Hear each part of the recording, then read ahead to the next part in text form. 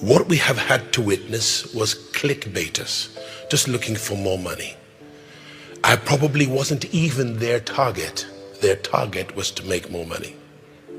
And I was falsely accused of bearing a firearm, pointing a firearm at an aggressive content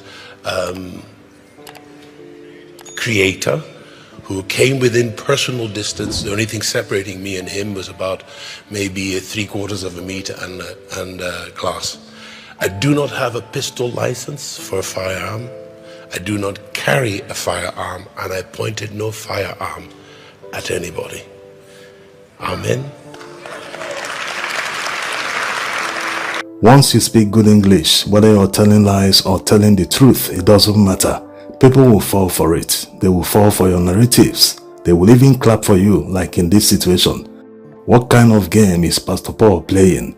The young man that filmed him in his car, which made him to flash something that looked like a weapon at the person. You can judge for yourself. What is this? Is it a gun or a stunner?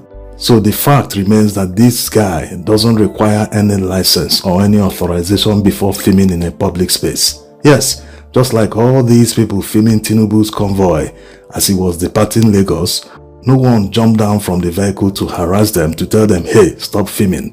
No, it's a public space. You can film in a public space without requiring any authorization or anything for that matter. Unless you are filming the person's face, you're standing in his face and filming him, the person has a right to his own privacy. He can tell you, no, stop filming me. But if you're not filming him directly, you're just flashing the camera around, no one can stop you from filming, except it is not a public space. If it is not a public space, you don't have a right. You have to get authorization before filming in a space that is not public. You can't get into someone's home and start filming, no. The person won't allow you to start filming in his house. It's as simple as that. You can't walk into a factory or a company and start filming, no. You have to get permission before doing that.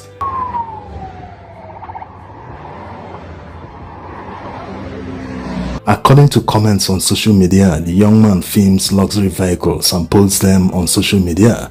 And judging from his point of view, you can see that there is no way to know who is inside the vehicle because the windows are tinted.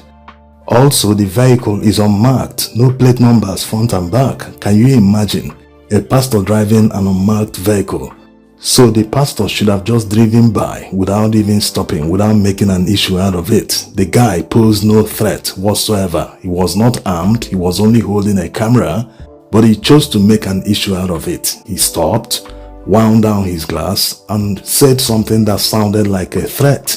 You can see the way the guy reacted. He quickly apologized, started calling him boss, and he took a quick step backwards. You know, he was startled, so to speak.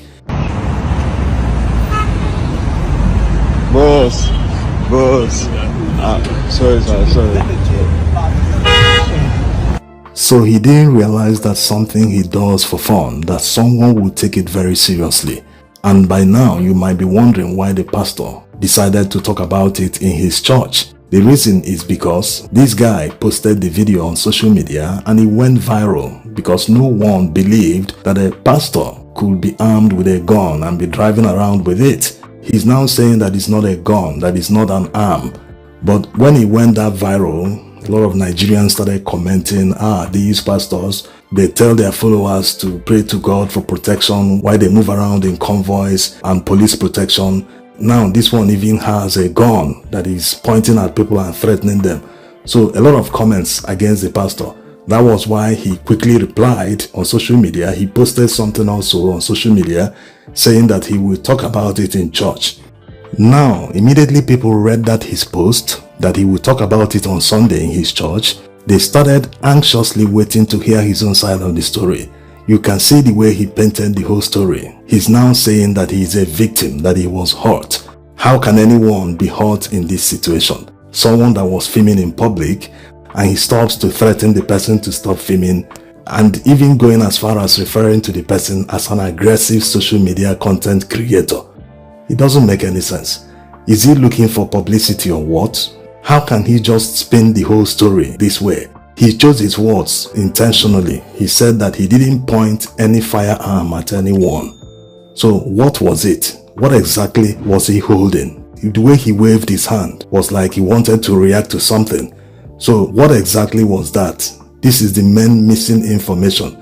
He missed that opportunity. He should have presented exactly what he was holding in the car so that Nigerians can actually see, it wasn't a gun, or it's a stun gun, or it's a torch, anything at all that he was holding.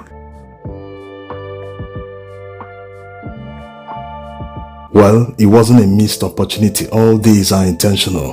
One thing is clear though, whatever he was holding, he didn't know that the camera would capture that. Yes, because if you look at how everything happened, maybe he really wanted to show the camera guy that it was him in the car. That was the reason he wound down his glass. Yes, because it doesn't make any sense.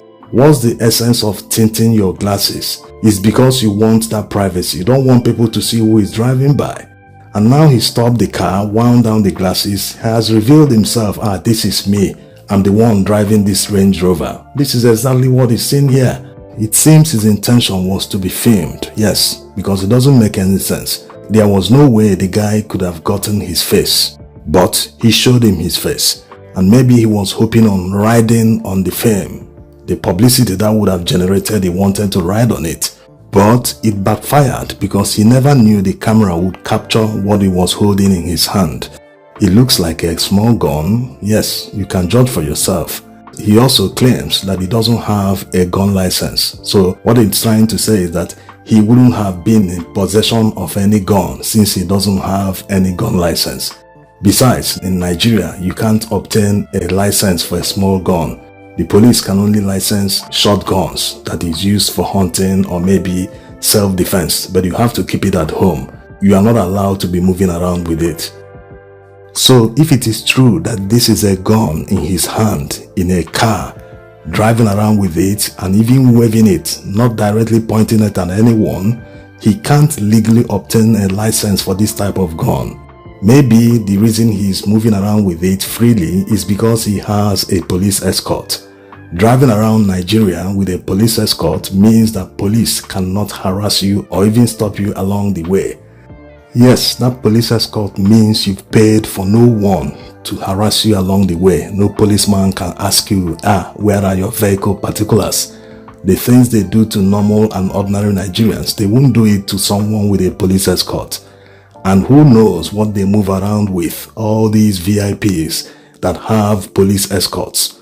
Who knows all the contraband and all the firearms in their vehicles, in their possession while they move around. Anyway, Pastor Paul is a leader. People in his position should live exemplary lives. He shouldn't be seen calling black white. It's so blatant, especially doing that at the pulpit. Yes, he makes a mockery of his position. Even going by his own narrative that people on social media do it for the money, that they don't care the authenticity of what they are filming or doing. They just want to post it and make money. Yes, the young man films for a living. He posts videos on social media for a living. So he wasn't there to attack Pastor Paul or cause any harm to him. He was just there doing his thing. Now, turning around the story that he is now the victim of the guy, referring to the guy as an aggressive social media content creator. If you have to judge who is aggressive between the two of them, it's obvious Pastor Paul is aggressive. Remember the other time when he hit and broke the windows of a public bus? The windows shattered and hurt many people inside the bus simply because the bus driver overtook him or something that happened in traffic and he couldn't control his anger. He had to step down from the vehicle and hit the windows of the vehicle. So it seems he has a temperament problem and obviously he needs to deal with it. Thanks for watching. And he's at fault. People are bleeding. He didn't even care about those that are bleeding. He just drove off.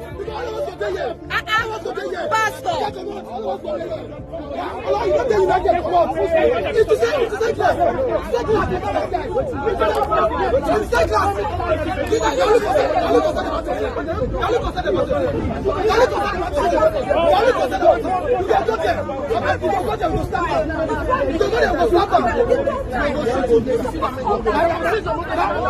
Now that is what this country. Let me video your house.